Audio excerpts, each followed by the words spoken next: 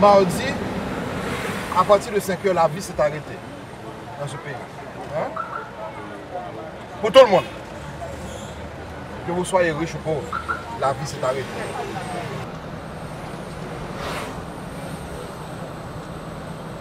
Parce que tout le monde a quelqu'un sous les décombres.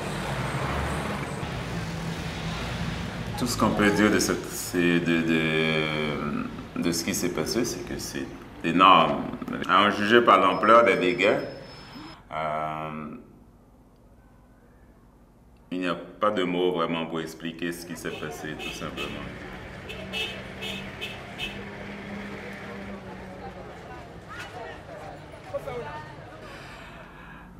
Les conséquences risquent d'être difficiles à réparer.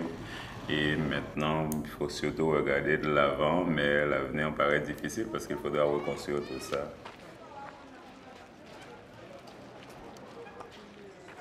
Première mesure prise par notre organisation, c'était d'abord nous assurer que notre personnel était en sécurité. Ce qu'il faut savoir, c'est que le CECI, quand même, a près de 150 employés en Haïti, dont une quarantaine basée à Port-au-Prince. Donc, en gros, tout ce personnel-là est en vie. La deuxième action dès le lendemain, c'était une évaluation rapide. Donc, il y a eu une tournée en ville pour d'une part constater les dégâts matériels, mais aussi constater dans les conditions dans lesquelles les gens vivaient. Et parallèlement à cela, nous étions déjà mobilisés sur le terrain pour venir en aide aux victimes.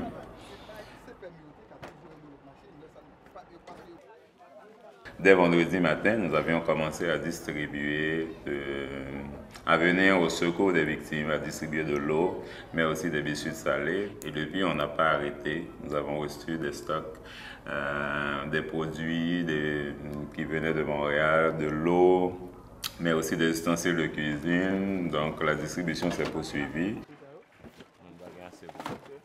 Donc on va donner à chaque famille une chose comme ça. D'accord.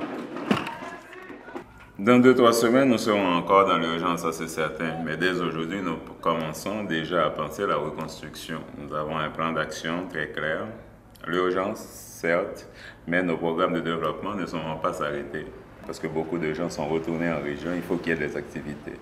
Donc, notre stratégie, c'est de renforcer ces actions-là pour accueillir les victimes qui arrivent dans les régions. C'est pourquoi nos projets ne sont pas arrêtés. Nous allons poursuivre.